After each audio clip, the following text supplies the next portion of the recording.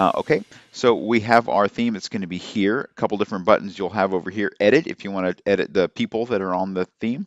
But the primary tab you're going to use is this View button. So I'm going to press the View button.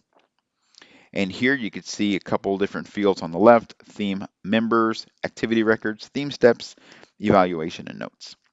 So here for the first one shows the theme members, the members that are on the theme. If you want to add or remove a members, you could do that with this button. But if you want to add a member, you have to add them to the circle first, and then you could add them to the theme. Okay. The primary one that you're going to be updating is the theme steps tab. So the first section in the theme steps is the pre-work. Then we have the theme steps themselves, and then the post-work section. So the first thing that we do is the pre-work. This is where you would enter the date of your pre-level assessment. So there's another video in this YouTube channel that has level assessment training. So refer back to that one if you're not sure how to do the level assessment. Here's where you enter the date of the pre-level assessment, the date of when we selected the theme, and the date of when we created, start and end date of when we created the activity plan. Activity plan training is also in the level assessment training. So this would be the date that we did our activity plan.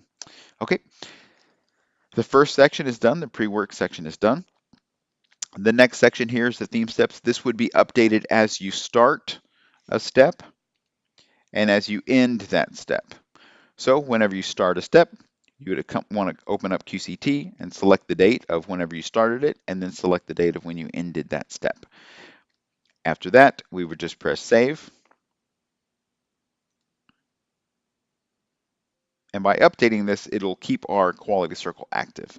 After 60 days of inactivity, then your quality circle theme will go to an inactive status.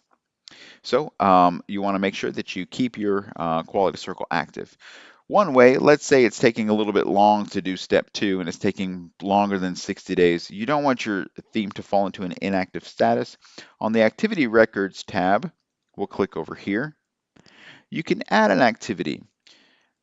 These activities could be, you could add an activity after every single meeting if you'd like, but I would say maybe add activities based on some maybe big milestones that you had, like maybe you did some QCC tool training.